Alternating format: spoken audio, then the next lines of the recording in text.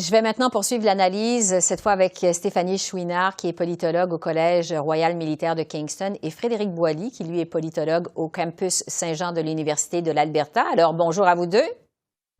Esther. Bon, d'abord, je vous demanderais, de façon générale, qu'est-ce que vous allez surveiller dans ce discours du trône? Stéphanie, d'abord. Bien, on s'attend du discours du trône, d'une part, à voir le baptême de feu de la gouverneure générale, Mme May Simon. Donc, ce sera intéressant de voir la place qui sera octroyée aux Français ainsi qu'à l'Inuktitut, comme vous en parliez tout à l'heure. Mais ce sera aussi intéressant de voir en quoi le gouvernement planifie de sortir de la pandémie. Ça fait maintenant près de 2 ans qu'ils sont pris dans la marotte de la COVID-19. On sent qu'ils sont prêts à passer à autre chose. Donc, ce sera intéressant de voir comment ils se positionne pour l'après-COVID dans le discours du trône. Oui, peut-être comme une réinitialisation, un reset, comme on dit, après, post-COVID, je dirais. Frédéric, de votre côté, qu'est-ce que vous allez surveiller dans ce discours du trône?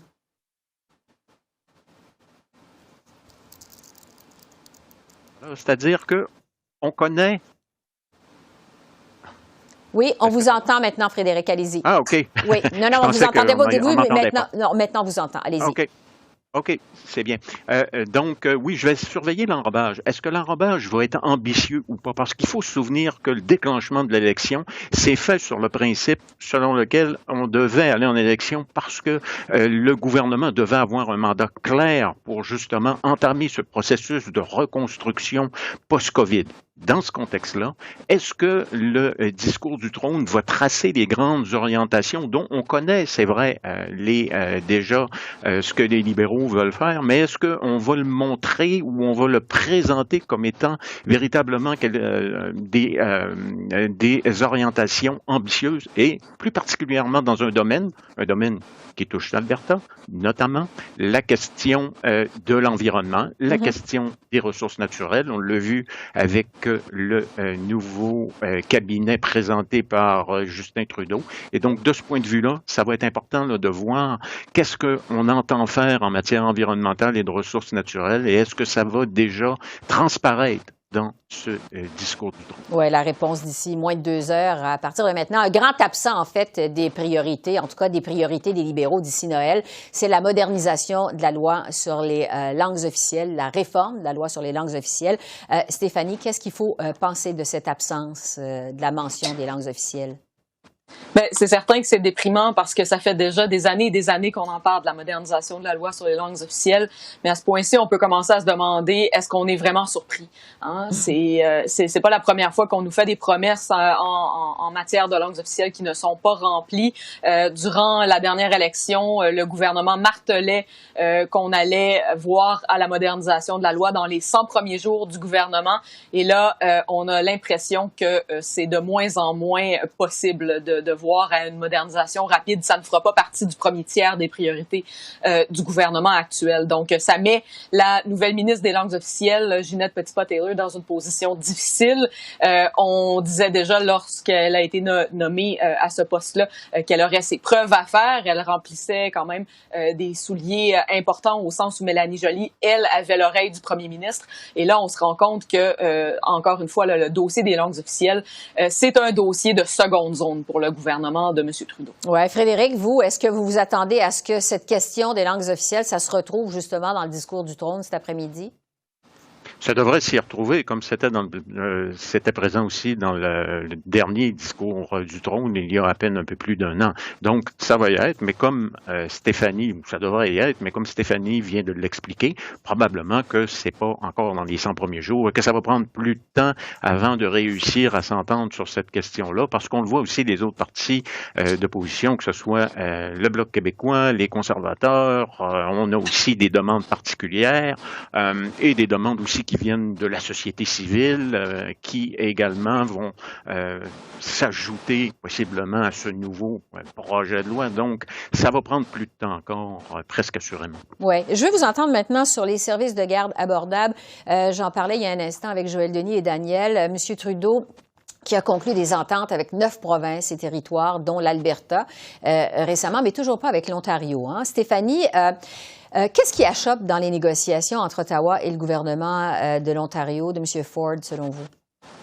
L'argument de M. Ford pour le moment, c'est que l'Ontario n'aurait pas sa juste part dans la façon dont la tarte financière octroyée à ce programme-là a été divisée. Sauf que, évidemment, là, on a déjà 8 des 10 provinces qui ont signé, plus un territoire sur 3.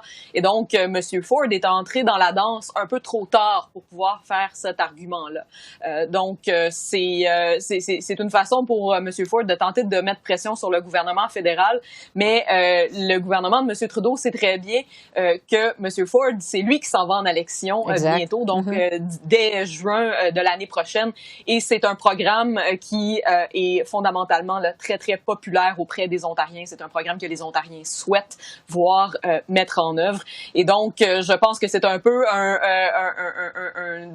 aveu de la dernière chance là, que M. Ford tente d'aller chercher quelques millions supplémentaires de la part du gouvernement fédéral, mais ultimement, ce serait très, très surprenant que M. Ford ne signe pas avant la prochaine élection. Oui. Frédéric, on dit que ces services de garde abordables au pays, ça va être une partie importante de l'héritage de M. Trudeau.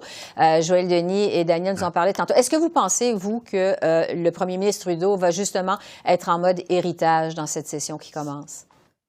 Ah oui, absolument, en mode héritage, parce que je ne vois pas non plus se représenter pour une 4e confrontation électorale. J'ai plutôt l'impression qu'effectivement, il est en train de construire ce legs, cet héritage dont on parlait Daniel et Joël Denis Bellavance tout à l'heure, et que par conséquent, le programme national de garderie est une pièce importante. Et comme vient de le mentionner Stéphanie, Doug Ford n'aura pas le choix ou presque de se rallier à partir du moment surtout où Jason Kenney, lui aussi, vient de s'entendre avec Justin Trudeau sur cette question-là, et même que les conservateurs unis albertains ici peuvent s'en servir également pour montrer que même les conservateurs sont capables d'arriver à mettre en place un programme qui, sur le plan social, est également populaire aussi en Alberta. Et donc, du côté ontarien, on devrait voir tomber aussi M. Ford du côté de ce programme national, qui est vraiment un élément important de l'héritage, ou peut-être même le plus important de l'héritage de Justin Trudeau. Oui. Le temps file. Un mot sur la dynamique aux communes, parce qu'on dit que ce gouvernement qui commence aujourd'hui, c'est presque un copier-coller du gouvernement précédent, mais que la dynamique va être différente. Stéphanie, est-ce que vous pensez que cette possible entente entre les libéraux et le NPD, ça va changer la donne, ou vous vous attendez à quoi comme dynamique finalement aux communes? Bien, la dynamique va changer au sens où on a l'impression on a eu l'impression durant la dernière élection que les Canadiens ont envoyé un message aux députés, c'est-à-dire accordez-vous donc pendant un certain montant de temps, s'il vous plaît. Et donc la partisanerie un peu crasse, toxique qu'on voyait à la fin du Parlement précédent, on devrait en voir un peu moins. Néanmoins, dans la relation entre les libéraux et les néo-démocrates, on a l'impression que ça va ressembler beaucoup à ce qu'on voyait dans le Parlement précédent, c'est-à-dire les néo-démocrates qui, à toute fin pratique, vont soutenir le gouvernement minoritaire, d'une part parce que on voit un certain nombre de projets qui sont tout à fait dans les cordes des néo-démocrates, les congés de maladie payés, les places de garderie à 10 $, etc.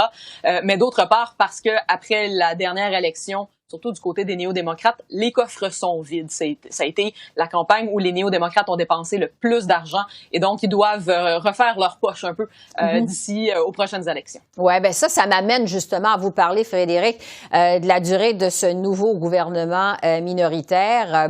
18 mois, 2 ans, 3 ans. Qu'est-ce que vous voyez dans votre boule de cristal pour la durée de ce gouvernement?